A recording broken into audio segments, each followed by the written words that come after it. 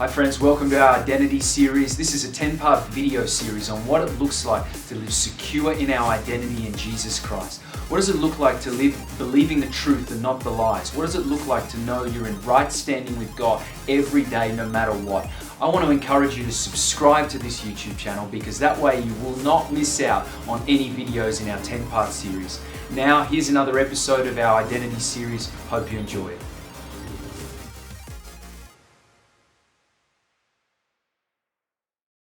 Hi friends, we're continuing our identity series today and we're asking this question: can my identity change? Is my identity susceptible to change?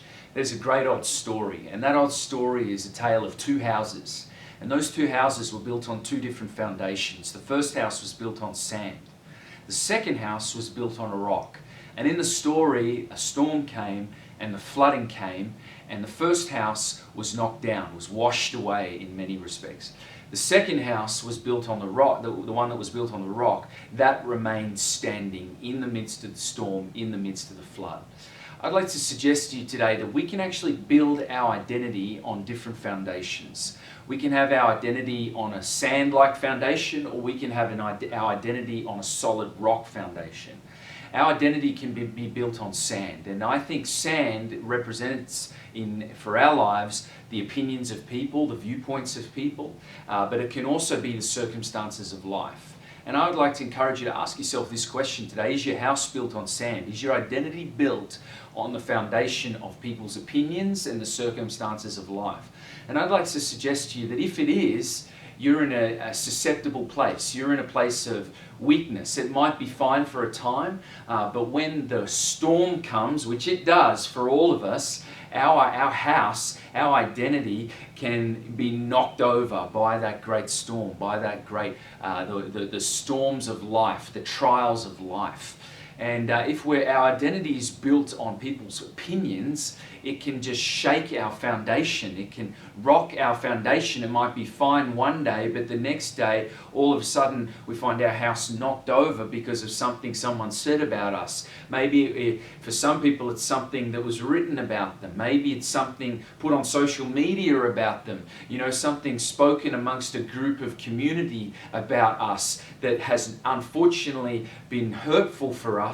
And what happens is our house of our identity can be shaken.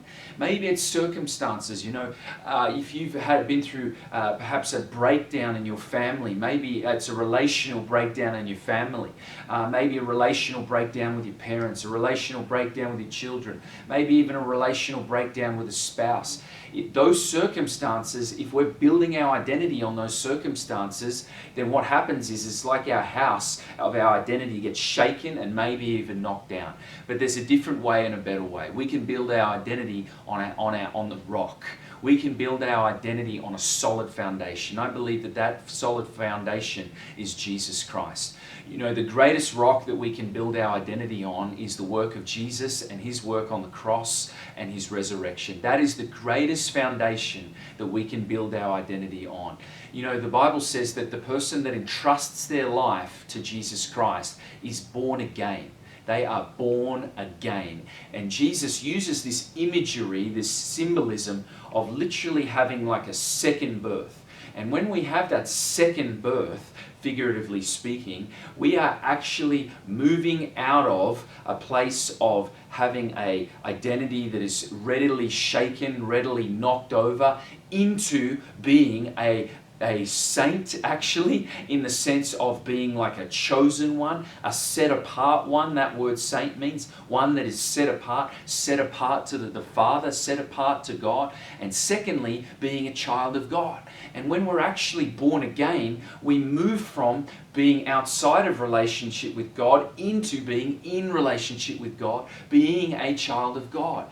And when we become a child of God, our identity does not change. It remains the same. And our identity is now built on a rock. It's built on a rock, and that is the life, death, and resurrection of Jesus Christ.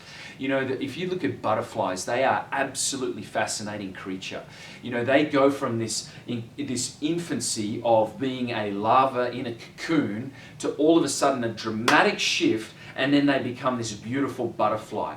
They have this infancy in a cocoon, larva, and then all of a sudden they've got wings and they're flying sometimes thousands of kilometers and miles. And I've recently looked into the monarch butterfly of North America, and that monarch butterfly, as I said, goes from this larva in a cocoon, this tiny larva in a cocoon, to all of a sudden coming out beautiful with wings, tremendous colors, and will even fly up to 3,000 miles in 1 year. That is a dramatic transformation. That is a dramatic identity shift, one might say.